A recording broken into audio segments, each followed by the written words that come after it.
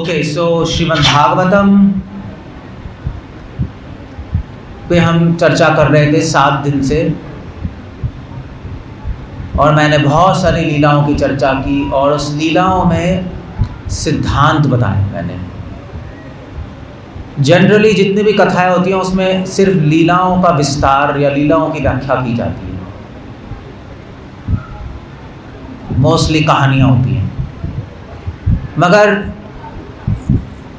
भागवतम के बारे में भागवत महात्मा में खुद लिखा है, भागवतम क्या है और कैसे पढ़नी चाहिए वो भागवतम में लिखा है।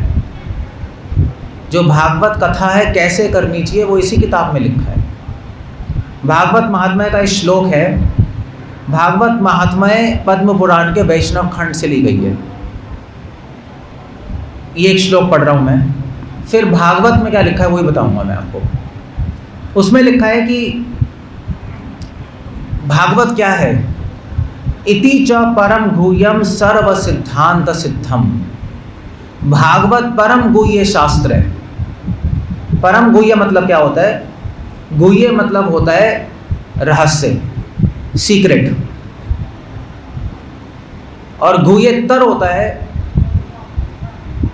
मतलब मोर सीक्रेट, और गुह्यतम होता है मोस्ट सीक्रेट। नहीं, तो यहाँ पे बोला है परम गुह्य। परम गुह्य मतलब बहुत महान रहस्य है। भागवत में क्या रहस्य है?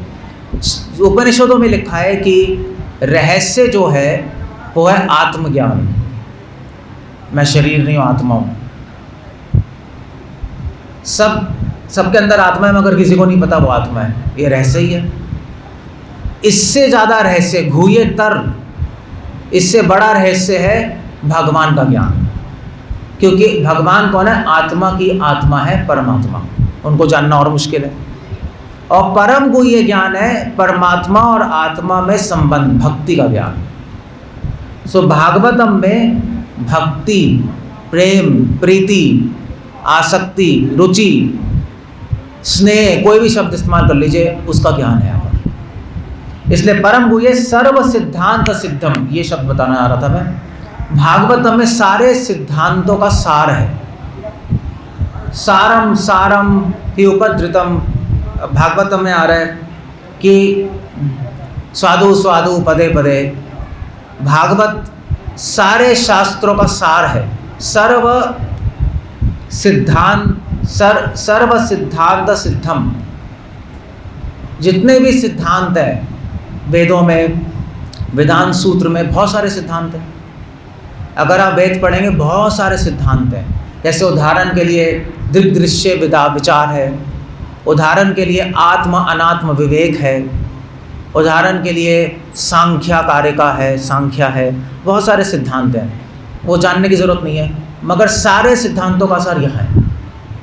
अगर भागवत जान ली तो आपने सब जान लिया। ये किताब, तभी भागवत को महापुराण कहते हैं। सपदी निगदितम ते शास्त्र पुंजम विलोके, शास्त्रों का पुंज है ये। जैसे हरे कृष्ण मंत्र सारे मंत्रों में महामंत्र है, ऐसे भागवत पुराण सारे पुराणों में महापुराण कही जाती है। जगति शुक कथा तो निर्मलम न अस्ति किंचित। इस जगत में जो सुखदेव गोस्वामी के मुख से निकली है भागवतम, उससे निर्मल कोई और किताब नहीं है। भागवत को पढ़ के हृदय निर्मल हो जाता है। बाकी वेदों में और शास्त्रों में तो भगवान की चर्चा है, मगर साथ साथ स्वर्ग प्राप्ति की भी चर्चा है, मोक्ष आकांक्षा भी है।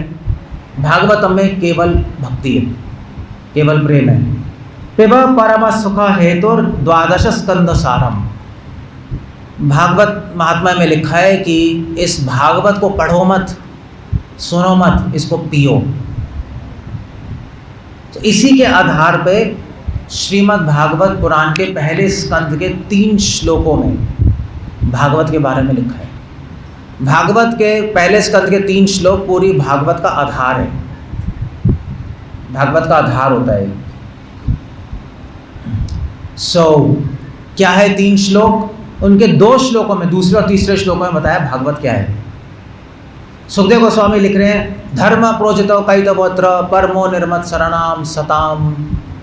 धर्म प्रोजिता, इस किताब में व्यासदेव जी ने धर्म प्रोजेता, केवल परम धर्म की चर्चा की है। प्रोजेता, प्रोजेता मतलब होता है उज्जिता, उज्जिता मतलब छोड़ के, पूरी तरह प्रउज्जिता, पूरी तरह इस किताब में छोड़ दिया। क्या छोड़ दिया? कैतव, कैतव मतलब होता है चीटिंग। सो लोग अभी कलयुग में तो लोग धर्म के नाम पे पैसे कमा रहे हैं, ढोंग कर रहे हैं। भागवत में क्लियरली लिख दिया व्यासदेव ने कि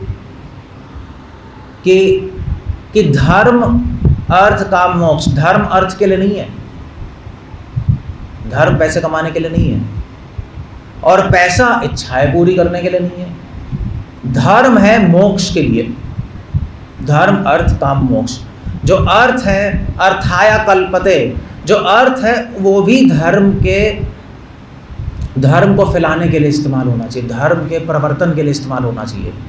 और जो इच्छाएं हैं वो भी इसलिए होनी चाहिए कि हम भगवान को समझ पाए, वो इच्छा होनी चाहिए, बाकी सारी इच्छा बेकार है।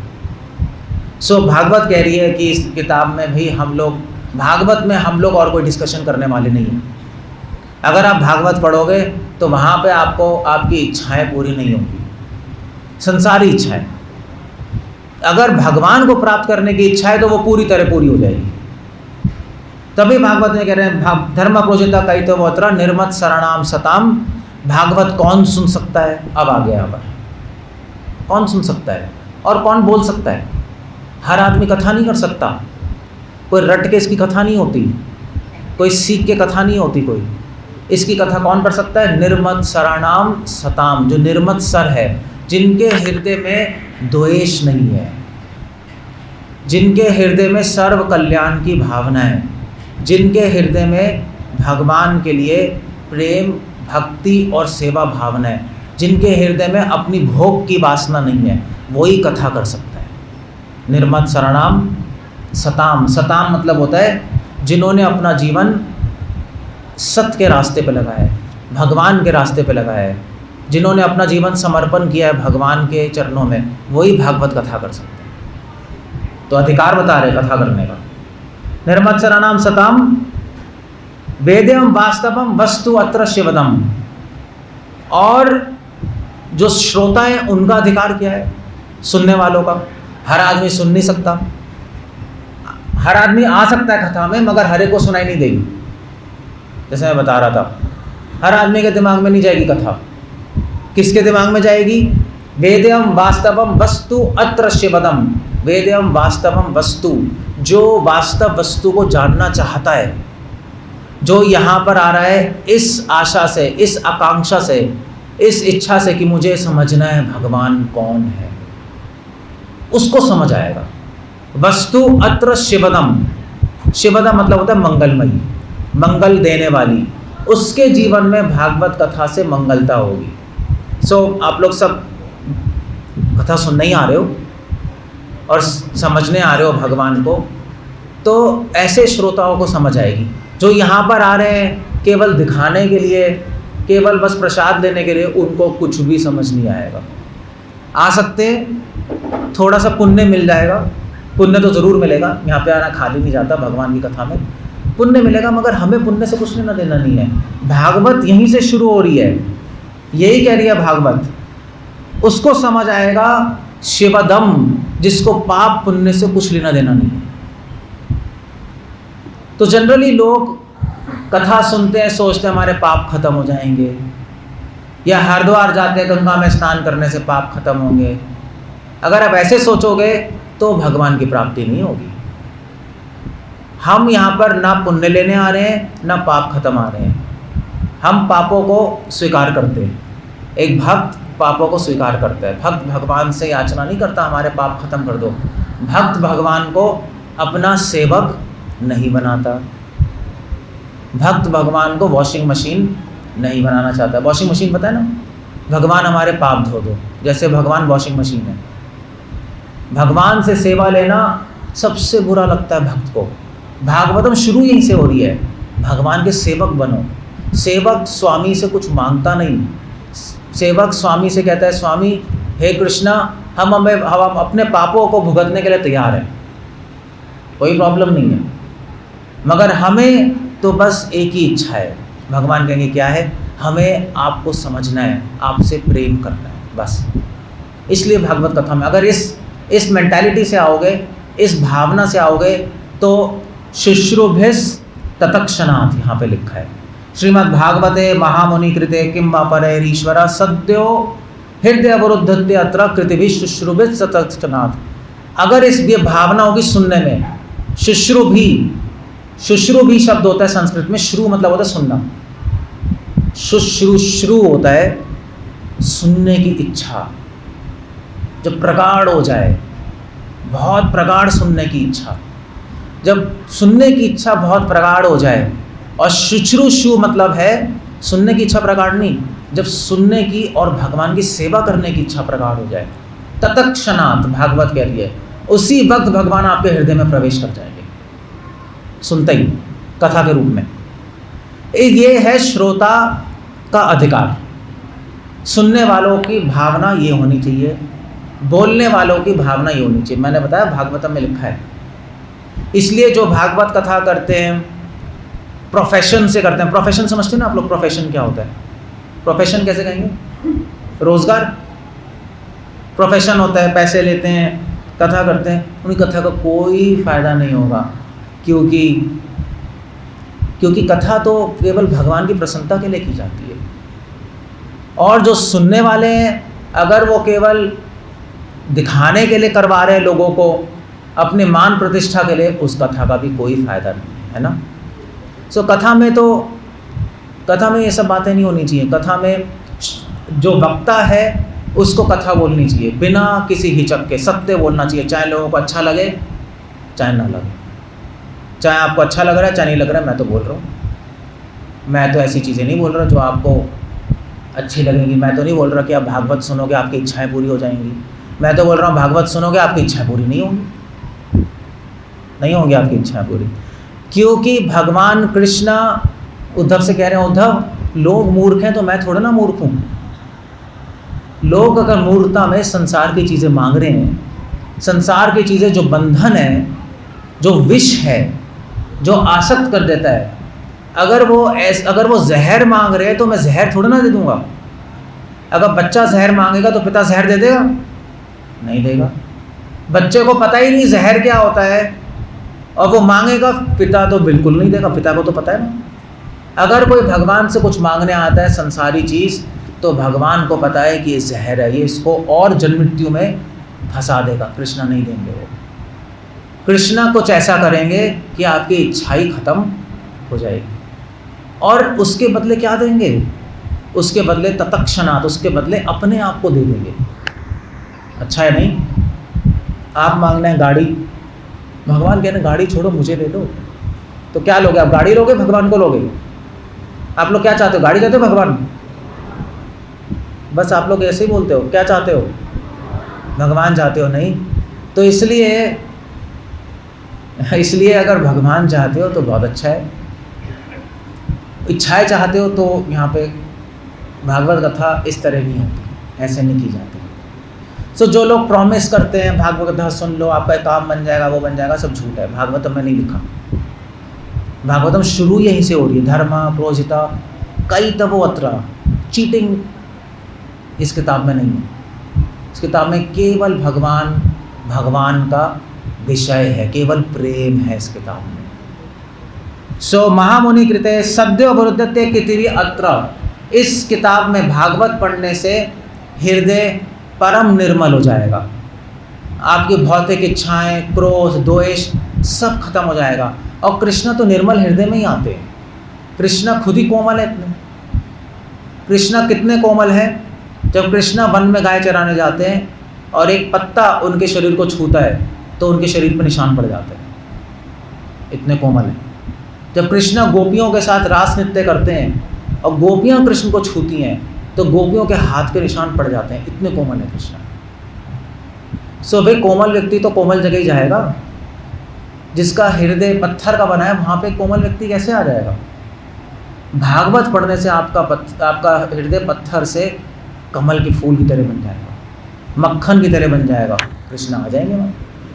अगर आप सही सही वक्ता से सुन रहे हो तो। भागवत देख लो, भागवत के पहले स्कंद के दूसरे श्लोक में वक्ता कैसा होना चाहिए और श्रोता कैसा होना चाहिए, क्लियर हो गया। तीसरे श्लोक में बता रहे हैं भागवत पढ़ने से क्या मिलेगा।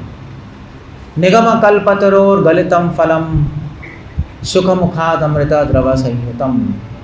भागवत पढ़ने से निगम कल्पतरोर गलितम फलम, सारे वेद जो हैं उसको निगम कहते हैं।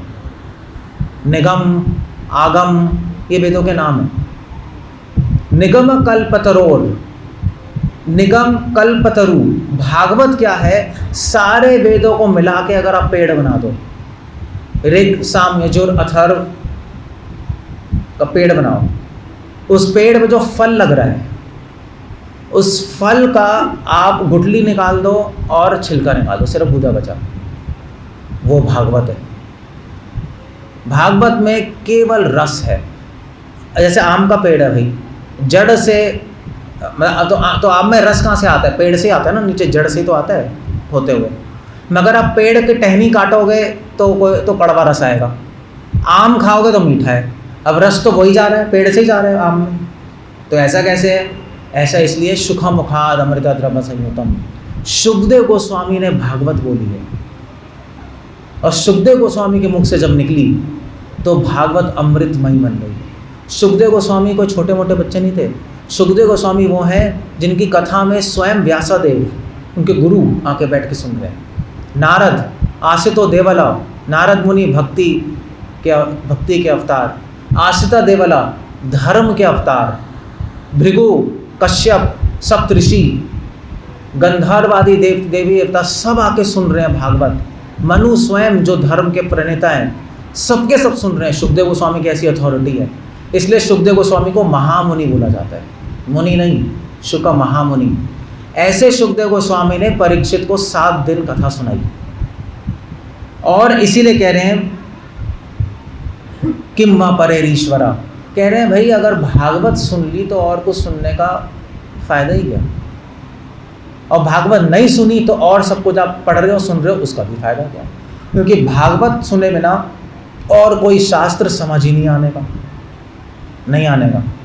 क्योंकि भागवत में सिद्धांत हैं, और वो सिद्धांत की दृष्टि से जब हम किताबें पढ़ते हैं तो वहाँ पे सत्य दिखाई देता है। इसलिए कह रहे हैं निगम कल्पतरोर फलम सुखमागाध अमृतद्रव संयुतम पिबतम भागवतम रसमालयम। भागवतम कैसे सुननी चाहिए, कैसे सुननी चाहिए? एक तो वक्ता हो गया, वक्ता का अधिकार बताया मैंने। श्रोता कैसा होना चाहिए वो बताया। अब जब भागवत वक्ता से श्रोता के पास जा रही है तो कैसे सुनना चाहिए? पिबतम, कह रहे हैं पियो भागवत। पीने का मतलब क्या है? पीने का मतलब जूस नहीं बनाना। पीने का मतलब है कि बहुत अटेंशन से सुनो, ध्यान से सुनो भागवत, क्योंकि भागवत का एक एक शब्द आपके पूरे जीवन को बदल सकता है। 1 सेकंड की कथा भागवत की आपके जीवन को बदल सकती है। पिबतम भागवतम रसमालयम मोर अहो रसिका भुवि भावुका। भागवत सुनने से आपको रस मिलेगा। भागवत का विषय क्या है? कृष्ण। कृष्ण है, कृष्ण रस के सागर हैं, रस की प्राप्ति होगी। भुवि भावुका, और भगवान के लिए भाव उत्पन्न हो जाएंगे। भगवत भावम आत्मनः, भागवत उत्तम भक्त के लक्षण बता रही है। क्या है? भगवत भावम आत्मनः। एक महान भक्त कहीं भी देखता है उसको भगवान नजर आते हैं। वासुदेवम सर्वमिति। क्यों? क्योंकि उसके हृदय में भगवान के लिए भावना है, भगवान से संबंध है। भागवत आपको आपका संबंध भगवान से बना देगी, ये भागवत है। और प्रयोजन, अपने लक्ष्य कृष्ण प्रेम तक पहुंचा देगी आपको। अगर बार बार भागवत पढ़ेंगे, बार बार सुनेंगे। पिबतम का मतलब ये होता है बार बार सुनना, बार बार सुनते रहो। अभी तो सप्ताह हुआ है, अब आप घर में जाके आप भागवत पढ़ो, चर्चा करो, सुपठन श्रवण गायन आ जाएगा अभी, और तब धीरे धीरे धीरे धीरे हमें समझ आने लगेगा। ये श्रीमद् भागवतम है। भागवतम के आखिरी स्कंद 12वां स्कंद का आखिरी अध्याय 13वां अध्याय, इस 12वें स्कंद के 13वें अध्याय में भागवत की महिमा लिखी है। खुद से सुखदेव गोस्वामी बता रहे हैं। क्या लिखा है भागवत क्या है? सर्व वेदांत सारम यत् ब्रह्मात्म कैवल्य लक्षणम वस्तु द्वितीयम तन्निष्ठम कैवल्य एक प्रयोजनम। बहुत सुंदर श्लोक है ये। श्लोक है 12वां श्लोक, 12वां स्कंद, 13वां अध्याय। और व्यासदेव सुखदेव गोस्वामी कह रहे हैं सर्व वेदांत सारम यत्, सारे वेदांत का सार है। सो भाई आपने वेद पढ़े नहीं पढ़े कोई फर्क नहीं पड़ता, आपने उपनिषद पढ़े नहीं पढ़े कोई फर्क नहीं पड़ता, आपने भागवत पढ़ी है तो बहुत अच्छा है, भागवत नहीं पढ़ी है तो सब बेकार होगा। सर्व वेदांत सारम, सारे वेदांत का सारा। और वैसे भी वेद पढ़ने का टाइम किसके पास है? और वेद पढ़ोगे कैसे? संस्कृत किसको आती है? सो इसलिए वेद तो वैसे भी हम नहीं पढ़ सकते, भागवत पढ़ सकते हम, क्योंकि भागवत की एक तो संस्कृत बहुत आसान है, संस्कृत नहीं आती तो हिंदी में लिखा ही हुआ है। भागवत को हमारे समाज में शुक सागर बोलते हैं, सुना है शुक सागर नाम? शुक सागर बोला जाता है। अब हरिद्वार जाओ बोलो मैं शुक सागर चाहिए, तो या तो भागवत बोलेंगे या शुक सागर बोलेंगे या श्रीमद् भागवत बोलते हैं, या भागवत को बोलते हैं परमहंस शास्त्र, परमहंसों के लिए है। साधारण व्यक्तियों के लिए भी है, परमहंसों के लिए भी है। साधारण व्यक्ति के भी कल्याण होगा और जो महान मुक्त जीव हैं उनको भी आनंद आता है भागवत पढ़ने में। इस तरह से भागवत है, मतलब बच्चों के लिए भी है, ग्रेजुएट के लिए भी है, PhD वालों के लिए भी है, सबको सब पढ़ते हैं भागवत, सभी पढ़ते हैं। संस्कृत जब आप पढ़ते हो, संस्कृत जो पढ़ने वाले लोग हैं जब वो काव्य पढ़ते हैं तो भागवत पढ़ा जाता है। वैसे तो शाकुंतला, मेघदूत और भी बहुत चीज़ें, भागवत भी पढ़ाई जाती है, क्योंकि भागवत की काव्य वो अपने में बहुत सुंदर है। सुखदेव गोस्वामी के मुख से भगवान की कथा काव्य के रूप में निकली थी।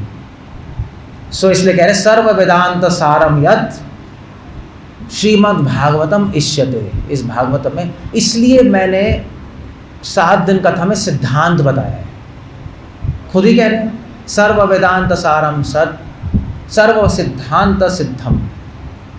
भागवत में सुखदेव गोस्वामी ने लीलाओं के पीछे सिद्धांत बताया है। ये किताब ये है, सिर्फ सुखदेव गोस्वामी का आशय परीक्षित को भागवत बताने का, लीलाएं बतानी नहीं थी। परीक्षित तो बचपन से भक्त है। परीक्षित का नाम परीक्षित क्यों पड़ा? परीक्षित जब अपने माँ के घर में थे, उत्तरा के घर में, तो परीक्षित पे अश्वत्थामा ने ब्रह्मास्त्र चला दिया था, पता है ना आपको, मारने के लिए। तो जब ब्रह्मास्त्र आया उत्तरा के घर में, मतलब सॉरी घर में, पेट पे चलाया था, क्योंकि परीक्षित अंदर थे मारने के लिए कि पांडवों का कुल ही खत्म हो जाए। जब ब्रह्मास्त्र पेट में आया तो कृष्ण भगवान अंदर प्रकट हो गए। कृष्ण ने आकर रोक लिया ब्रह्मास्त्र। परीक्षित ने पेट के अंदर ही कृष्ण के दर्शन किए कि कौन व्यक्ति है ये सुंदर सा श्याम वर्ण का पीताम्बर, जो ये ब्रह्मास्त्र रोक दिया इसने।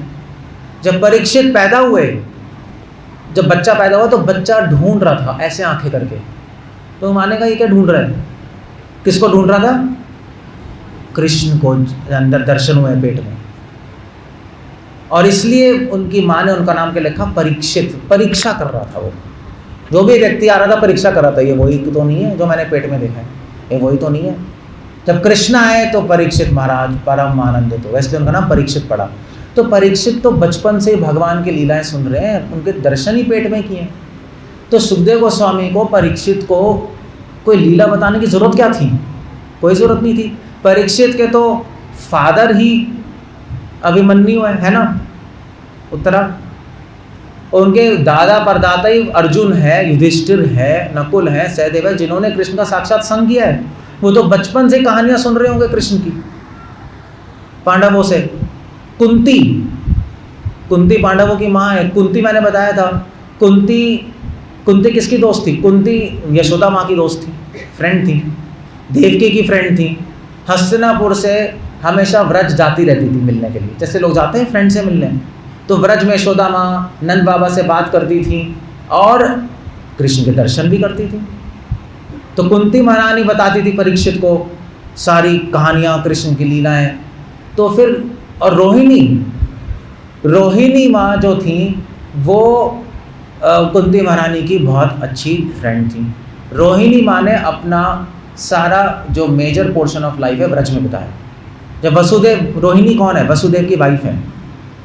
वसुदेव और देवकी को जब कंस ने जेल में डाल दिया तो वसुदेव ने अपनी दूसरी पत्नी रोहिणी को ब्रज में भेज दिया, क्योंकि उसको भी पकड़ के जेल में डाल देते। उस टाइम रोहिणी, फिर रोहिणी के पुत्र कौन हुआ? बलराम जी।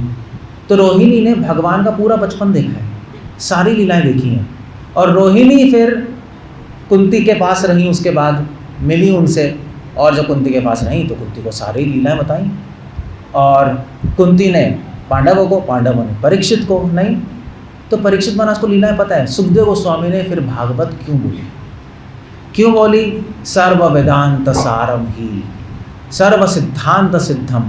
उन लीलाओं के पीछे सिद्धांत बताने के लिए कृष्ण ने क्यों गोवर्धन उठाया, कृष्ण ने क्यों दामोदर लीला की, कृष्ण ने क्यों मुरली बजाई रास में, कृष्ण ने क्यों कालिया पे नाचे, ये सारा सिद्धांत बताया। तब परीक्षित को शांति और संतुष्टि। अब मुझे पता लगा कृष्ण कौन है, क्या करते हैं, कब करते हैं, क्यों करते हैं, ये जानने से ही आत्मा को संतुष्टि मिलती है, पूर्ण ज्ञान हो जाता है। इसलिए भागवतम ऐसे सुननी चाहिए। सर्व वेदांत सारामी श्रीमद् भागवतम इष्यते तद रसा अमृत तृप्त से। अगर हम भागवत का सिद्धांत समझेंगे, लीला और सिद्धांत, भागवत का आपने सुना है ओम कहते हैं, ओम, ओम सुना है?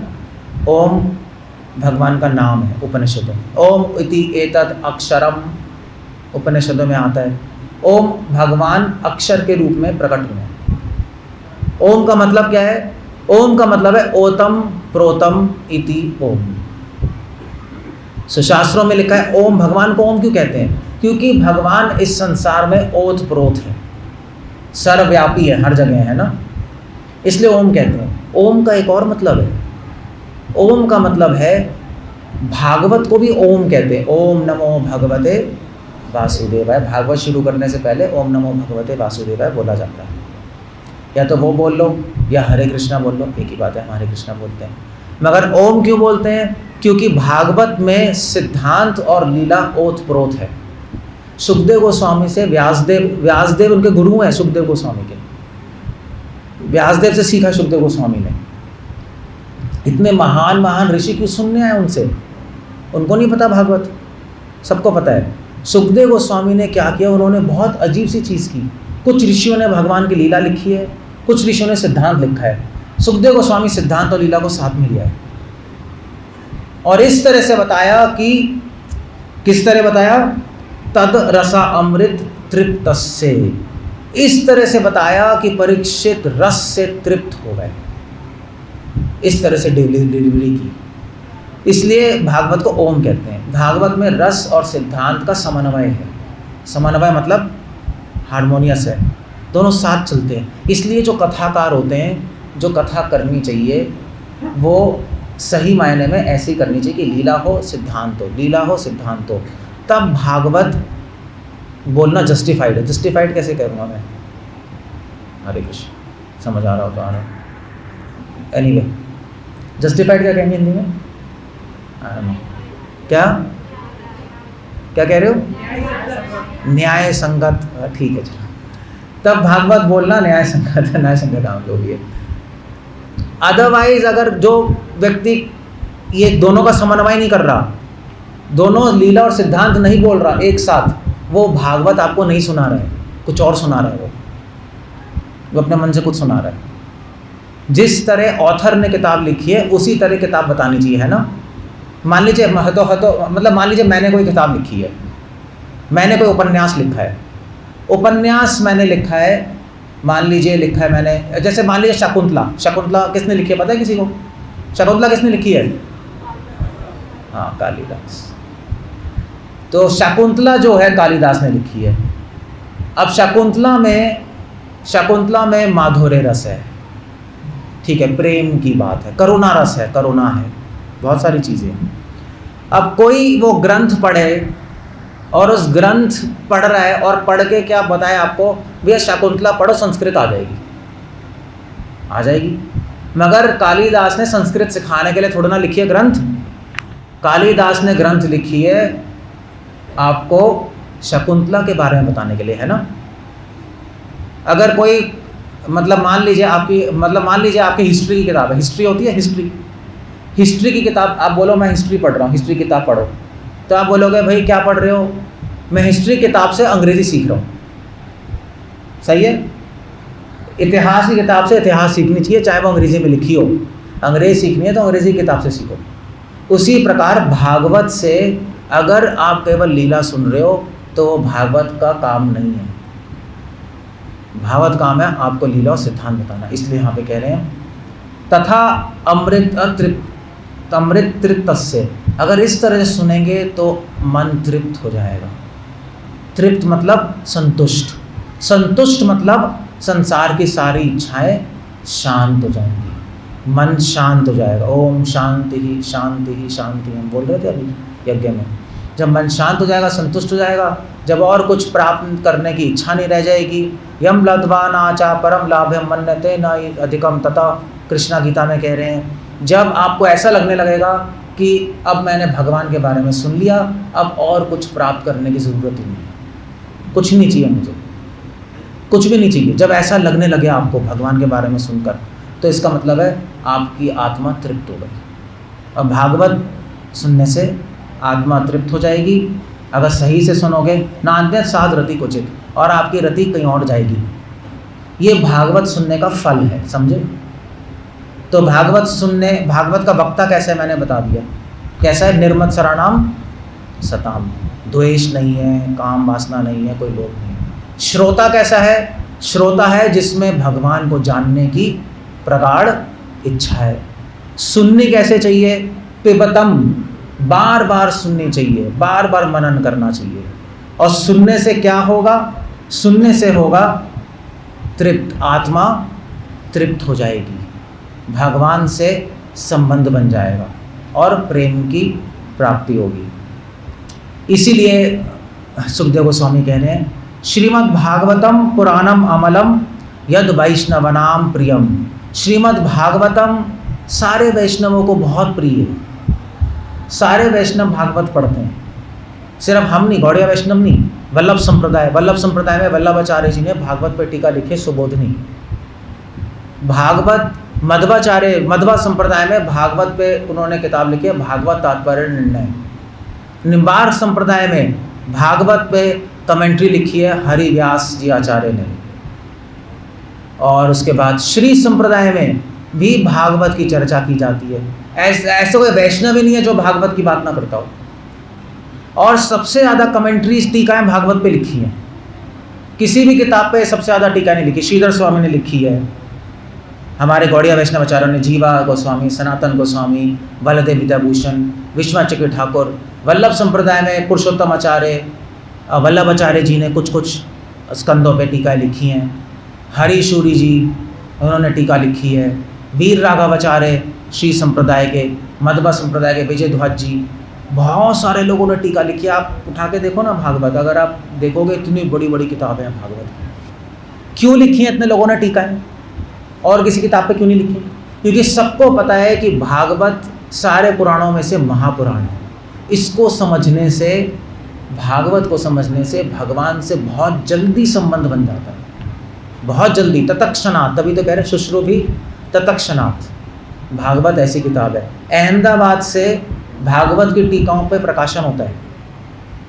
और जो कमेंट्री के साथ, अगर आप टीकाओं के साथ भागवतम, वैसे तो अगर आप भागवतम लो पूरी तो ये है छोटी सी, या ये रखिए आपके सामने, इसमें अगर आप टीकाओं के साथ लोगे तो भागवतम, ये जो पूरा ऑल्टर है ये भर जाएगा। इतनी किताबें हैं, इतनी मोटी मोटी, पूरा ये ऑल्टर ही भर जाएगा। इतनी बड़ी बड़ी, इतनी सारी टीका लिखी हुई हैं। दशम स्कंद पे तो इतनी टीकाएँ, भगवान कृष्ण पे तो इतनी ज़्यादा व्याख्या, इतनी व्याख्या है कि 10 इतनी मोटी मोटी किताबें हो जाएंगी। पूरी ज़िंदगी निकल जाएगी भगवान के बारे में पढ़ते पढ़ते, समझे? अच्छा, ये संसार में इतने सारे विषय हैं, भगवान कृष्ण के बारे में चर्चा जितनी करो उतनी कम ही है, कम है उतनी। मैं बता रहा हूँ, मैं इसलिए बता रहा हूँ आपको ये सब नाम, ये नहीं कि आपको याद रहे और आपको पढ़ना है, मैं इसलिए बता रहा हूँ कि सारे विद्वानों ने भागवत पे टीकाएँ लिखी हैं। भागवत सारे विद्वानों की मंडली में, विद्वत मंडलम, सारे विद्वान सर्व समन्वित है, सर्व निर्णित है कि भागवत से ऊपर कोई और ग्रंथ है ही नहीं। तभी तो भागवत सप्ताह की जाती है, तभी भागवत सप्ताह फेमस है ना। सब भागवत सुनना चाहते हैं। क्यों सुनना चाहते हैं? क्योंकि इसकी महानता है भागवत की। नमस्तस्मै भगवते वासुदेवाय साक्षिणे यदम कृपया तस्मै व्याचक्षुष मुमुक्षवे। भागवत पढ़ने से मोक्ष आपकी मुट्ठी में होगा, सुखदेव गोस्वामी कह रहे हैं। अगर सही से सुनोगे तो, अगर ऐसे ही सुनोगे तो कुछ नहीं होगा। आप सोचोगे हम तो भागवत सुन के आए, हमें तो कोई मोक्ष नहीं मिला। वेल, आपने जिस तरह सुनना चाहिए था वैसे नहीं सुना, इसलिए मोक्ष नहीं मिला। मगर फिर भी मुमुक्षु गए, मोक्ष नहीं मिला कोई प्रॉब्लम नहीं है, मगर भागवत सुनने से मोक्ष पाने की इच्छा आ जाएगी, इतना ज़रूर हो जाएगा। भगवान को प्राप्त करने की इच्छा आ जाएगी, चाहे भगवान मिलेंगे नहीं। अपने आप को शुद्ध करने की इच्छा आ जाएगी, चाहे शुद्ध नहीं हो गए अभी। इच्छा ही सबसे बड़ी चीज़ है। इच्छा मतलब शुरुआत तो हो गई आपकी, फर्स्ट स्टेप, एक कदम ले लिया तो जर्नी शुरू हो गई, है नहीं? फिर तो अपने आप आगे बढ़ जाओगे। एक भागवत आपको पहला कदम दिलवा देगी भक्ति के रास्ते पे। भक्ति के रास्ते पे पहला कदम इतना ज़रूर कर देगी भागवत, चाहे आप ध्यान से सुनो चाहे ध्यान से मत सुनो। अगर वक्ता, बोलने वाला आपको सही तरीके से भागवत सुना रहा है, शुद्ध तरीके से, निर्मल रूप से, सिद्धांत और लीला के साथ, एटलीस्ट इतना ज़रूर हो जाए, चाहे आप सो भी रहे हो, इतना ज़रूर हो जाएगा कि आप में थोड़ी सी इच्छा आ जाएगी कि मैं भी कृष्ण को जानूं, मैं भी जानूं भगवान कौन है, मैं भी अपने जीवन को शुद्ध करूं। शुरुआत ज़रूर कर देगी भागवत का, चिंगारी ज़रूर लगा देगी।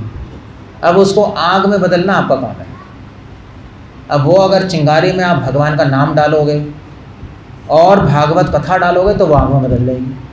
आग में बदल जाएगी तो वो आग सारे पापों को भस्म करके और भगवान का प्रेम की ज्योति आपके भगवान में, आपके हृदय में प्रकट कर देगी। ये भागवत है।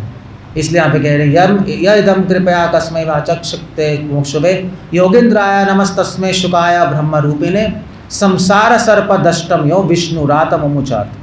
भागवत पढ़ने से संसार का सांप, संसार का सांप होता है एक, संसार का सांप क्या है? संसार का सांप है आसक्तियाँ। हम सब संसार के सांप से डसे हुए हैं। जैसे परीक्षित को 7 दिन बाद तक्षक काटने आने वाला था, पता है ना आपको? परीक्षित को शाप मिला था कि 7 दिन में सांप आके काट के मार देगा, इसलिए परीक्षित मार के सिर्फ 7 दिन थे। इसलिए सुखदेव गोस्वामी ने 7 दिन में पूरी भागवत सुनाई। इसीलिए हम भागवत सप्ताह करते हैं, 7 दिन में हम कथा करते हैं। तो भागवत सुनने से संसार के सांप से जो डसे हुए हैं लोग, उस सांप के विष से राहत मिल जाएगी।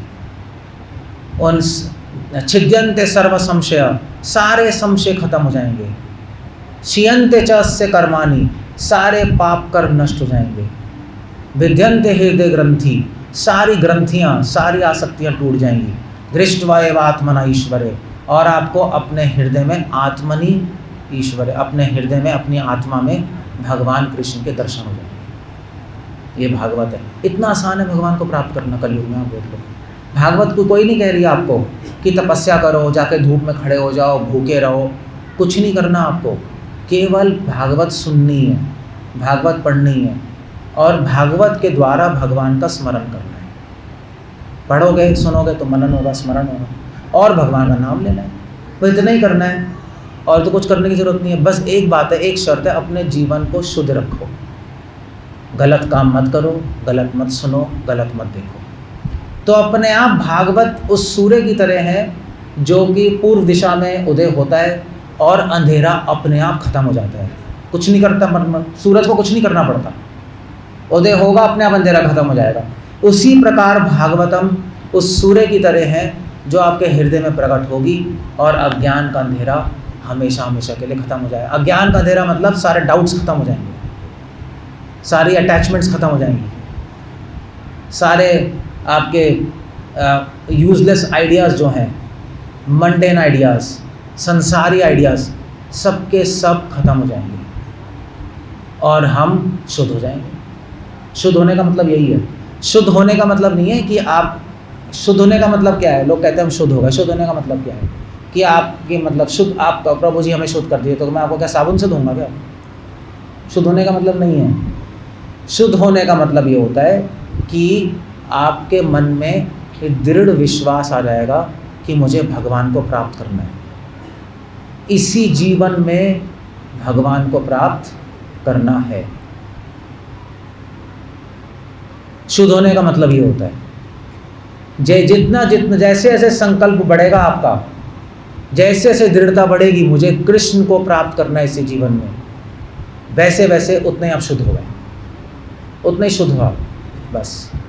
अगर आपका ये संकल्प है मुझे मरने से पहले भगवान को प्राप्त करना है, चाहे कुछ भी हो जाए देखा जाएगा। जैसे गोपियाँ ने मुरली की बात सुनी, उन्होंने कहा मुझे हमें कृष्ण के पास जाना है, चाहे पति रोके, चाहे बच्चे हो, चाहे हम सब कुछ छोड़ रहे हैं, हम चाहे मर जाए, हमें तो वहाँ जाना है।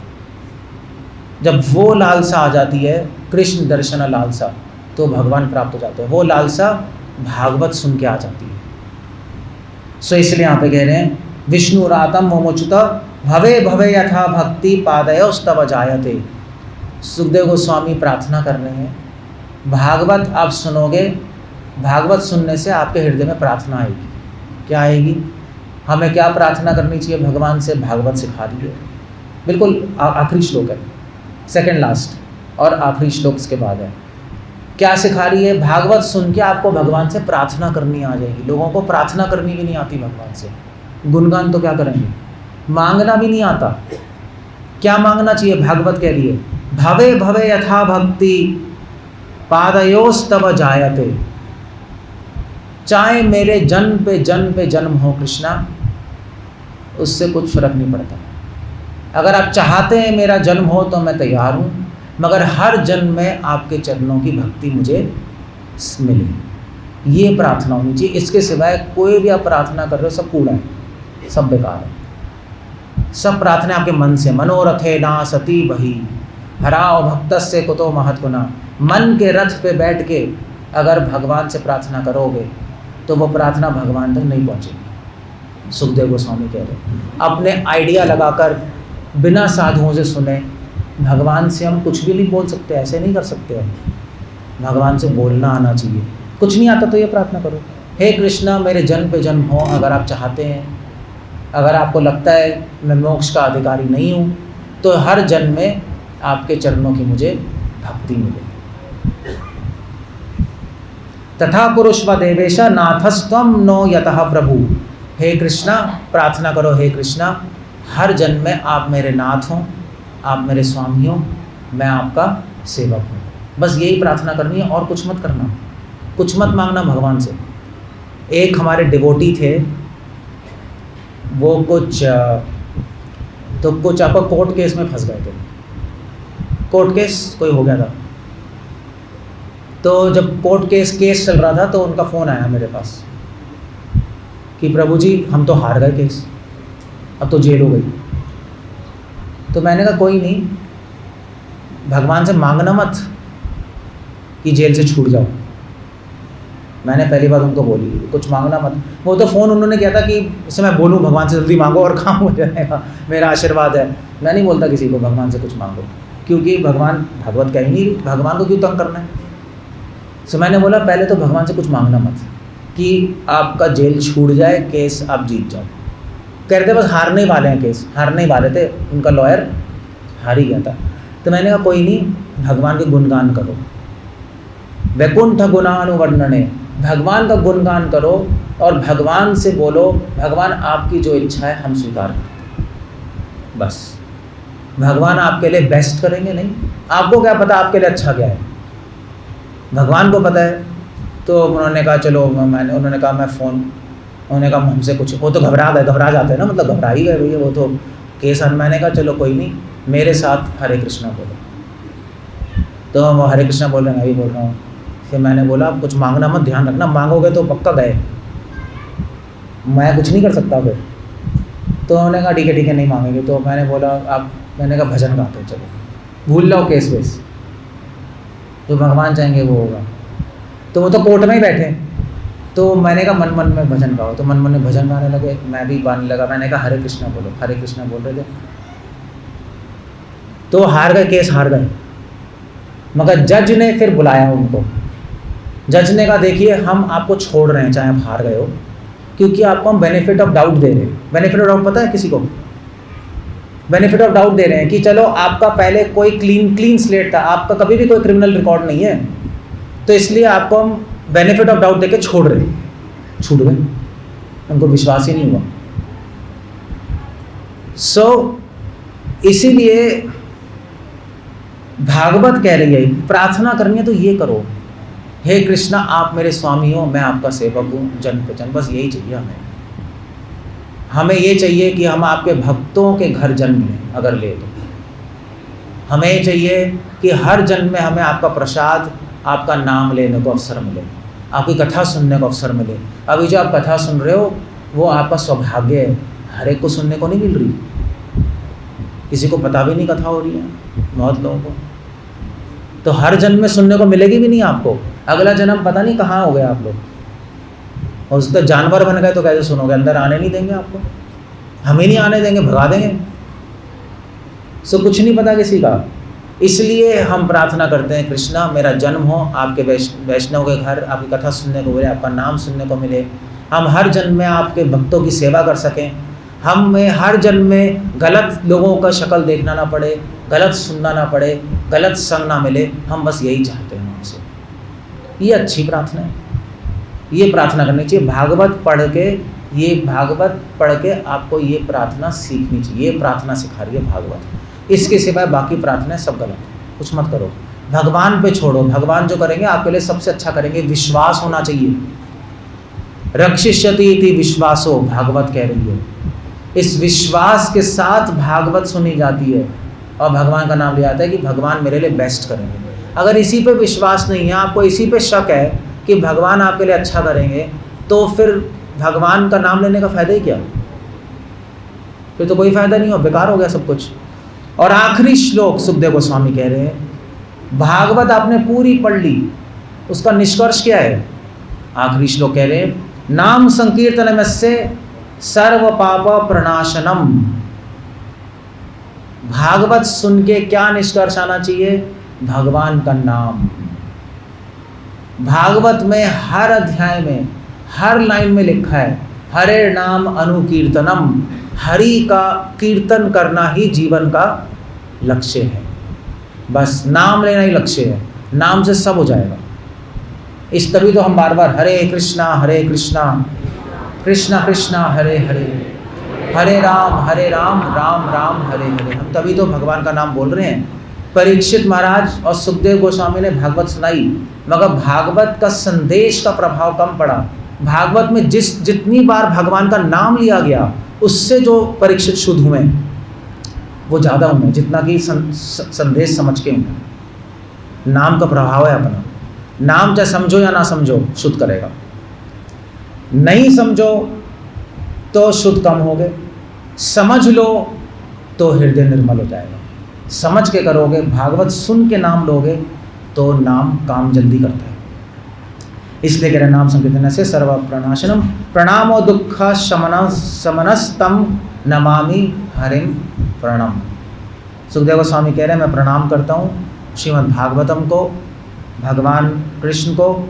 दुख शमनस्तम, भागवत सुन के सारे दुख नष्ट हो जाते हैं। कौन से दुख? मैंने बताया था, संसारी दुख। संसारी दुख हो भी सकता है, नहीं भी हो सकता। मगर भक्तों को क्या दुख है? क्या क्या दुख है हमें? हमारी, आपको खुद ही नहीं पता आपकी आत्मा दुखी है। जब तक भगवान से प्रेम नहीं होगा, आत्मा अंदर से दुखी रहती है। और इसीलिए हम संसार में कितना ही सुख ले लें, बोर हो जाते हैं। हम बोर हो जाते नहीं हो जाते हैं? आप कुछ भी चीज़ करोगे थोड़े टाइम बाद बोर हो जाओगे। क्यों? क्योंकि आत्मा को तो भगवान चाहिए। भगवान नहीं मिलेंगे, इधर उधर सुख ढूंढती रहती है, संतुष्ट नहीं होती। ये दुख, आत्मा का दुख खत्म कर देगी भगवान। आत्मा का दुख कैसे खत्म करेगी? आत्मा को परमात्मा से मिलाकर, हमें कृष्ण की प्राप्ति कराकर। नमामि हरिम परम, ऐसे भगवान कृष्ण को मैं प्रणाम करता हूँ। ये श्रीमद् भागवतम है। ये भागवतम मैंने आपको सुनाई है 7 दिन। अब आप पढ़ो इसको। भागवत पढ़ने से पहले गीता पढ़ लेना। गीता अंडर ग्रेजुएशन है, भागवतम पोस्ट ग्रेजुएशन है, समझो। सो बाहर स्टॉल पे गीता भी मिल रही है, जिसने गीता पढ़ ली है, जिसको गीता पढ़ी है वो भागवत पढ़ सकता है।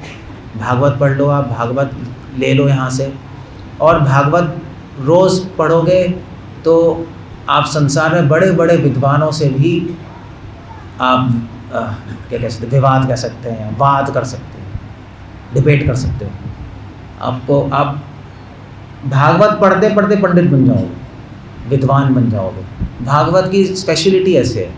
हम लोग भी तो साधारण लोग थे, हमने भी भागवत पढ़ी और हमें भी इतने सर्व सिद्धांत, सारे सिद्धांत हैं, सब कुछ समझ आ जाएगा, सारी फिलॉसफी है इसमें। सो इसलिए मैं यहाँ पे भागवत विराम करता हूँ। अगले साल देखेंगे भागवत, जिंदा रहे तो करेंगे, आप जिंदा रहोगे तो सुन लेना, देखते हैं क्या होगा। मगर अच्छा है सब जिंदा ही रहें अच्छा ही है, बट पता नहीं। बट अगले साल हम देखते हैं, भागवत करेंगे जैसे भी होगा। मेरी रिक्वेस्ट आपसे ये है, पहले तो चलो भागवत मैं विनती कर रहा हूँ। श्रीमद् भागवतम की, कृष्ण भगवान की।